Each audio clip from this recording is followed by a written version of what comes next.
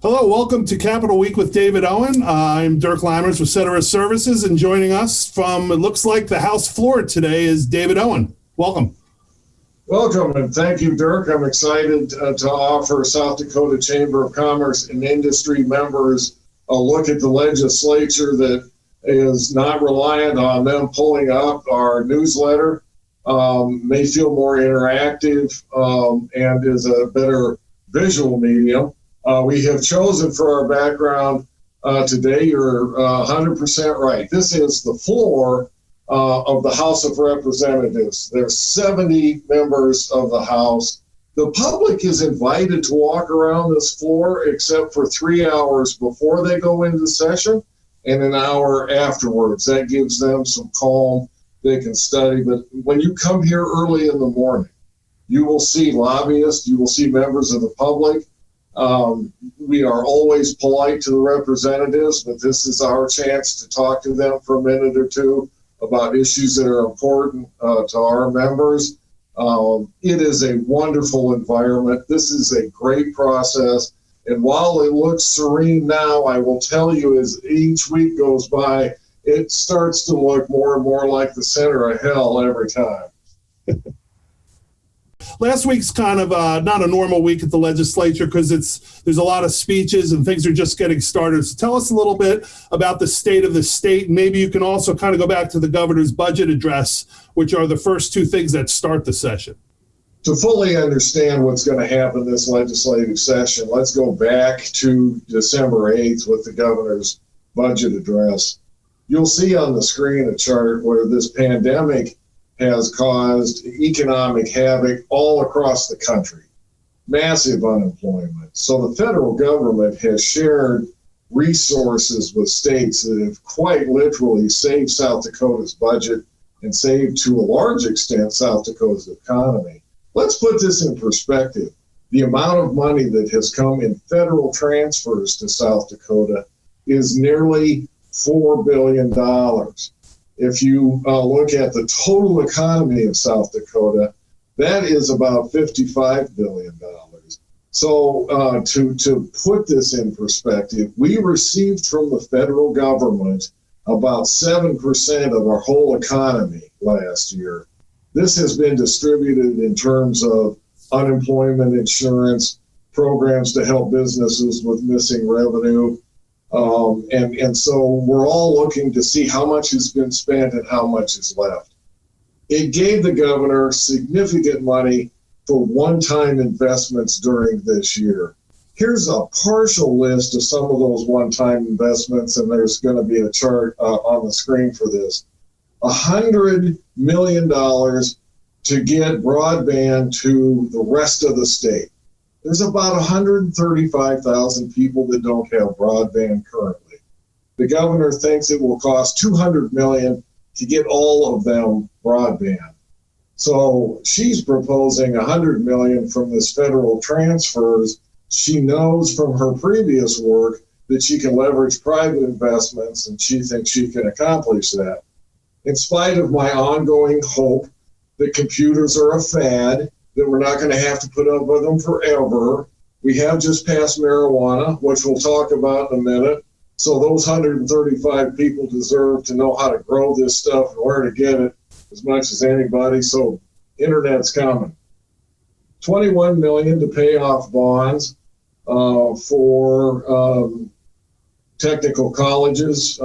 Southeast Technical comes to mind. These bonds have been paying interest only. So by taking care of the bond obligations, she's saving the technical colleges more than $1 million a year. $12 million for an event building in Huron to replace a building on the fairgrounds that burned down.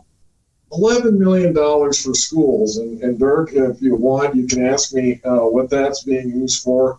$4 million for dams, $3.2 million for Ellsworth Authority to create a recreational center.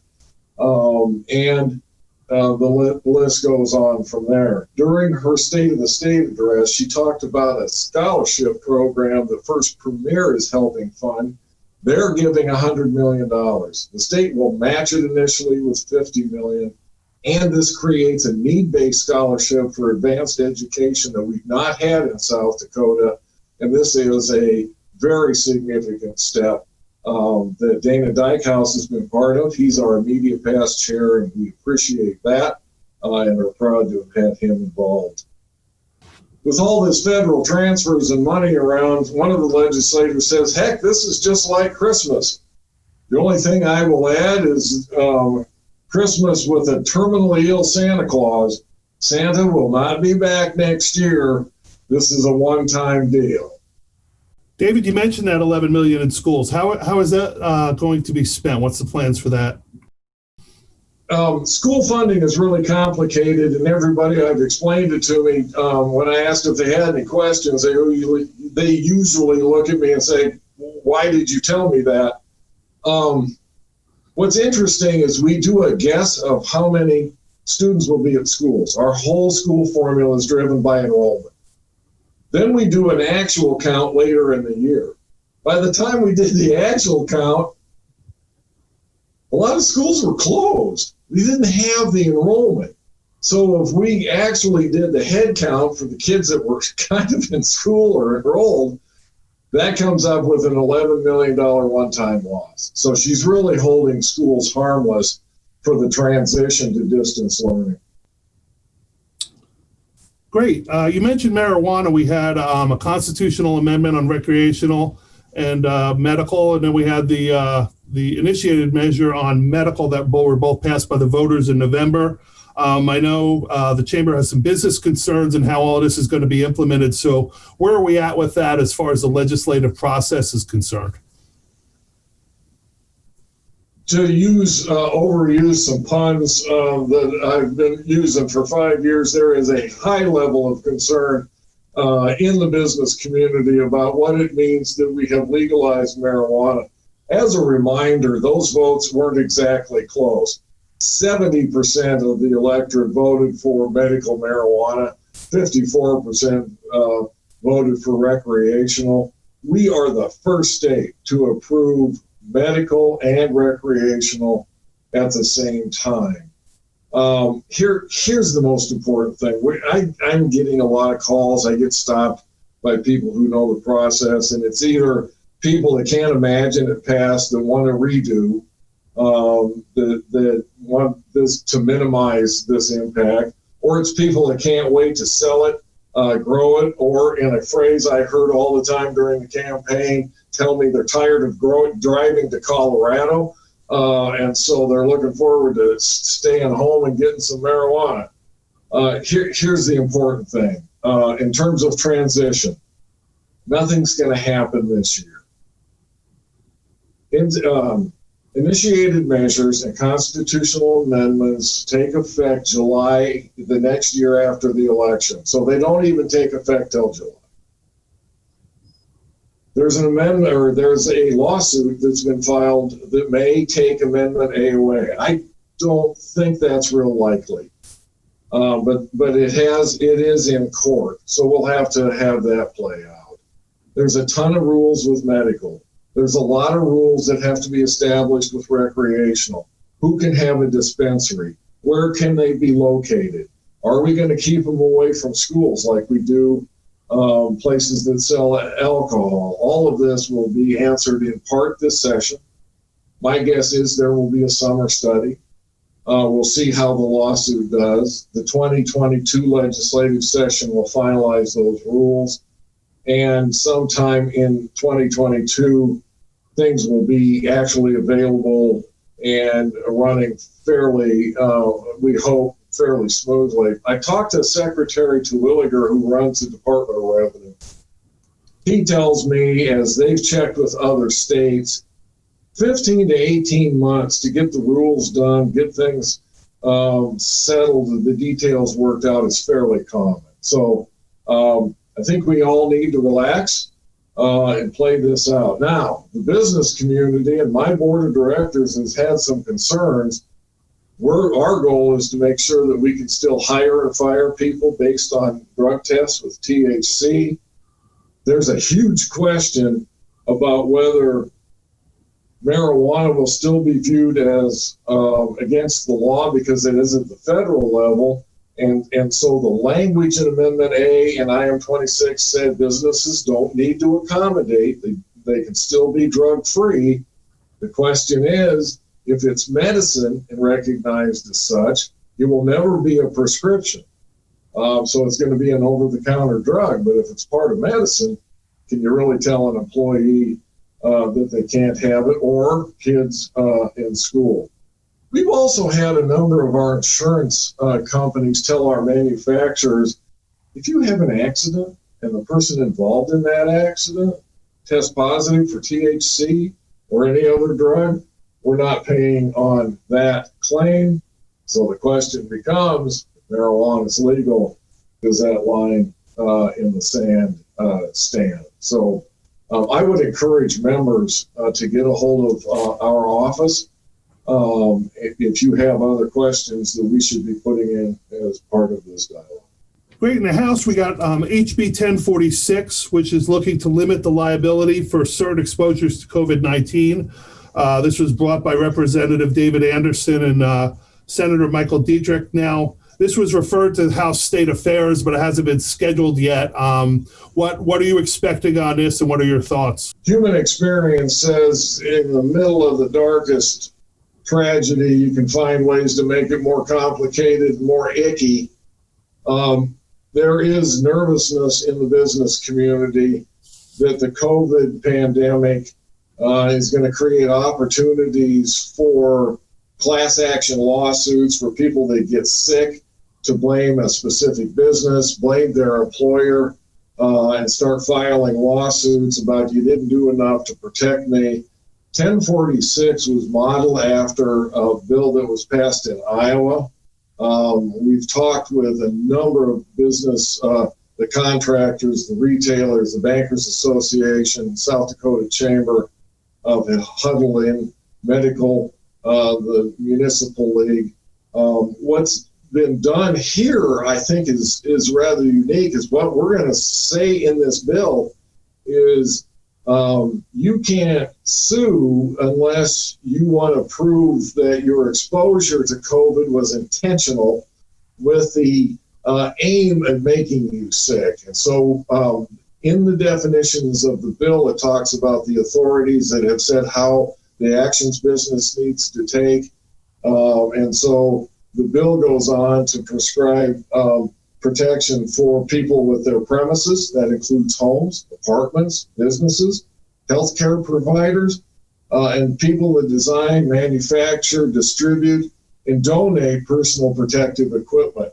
And again, it focuses on saying the basis for the suit has to be some kind of intention by the person you think gave it to you to intentionally make you sick with this, which is a little different step. There's no action that will excuse anybody from negligence.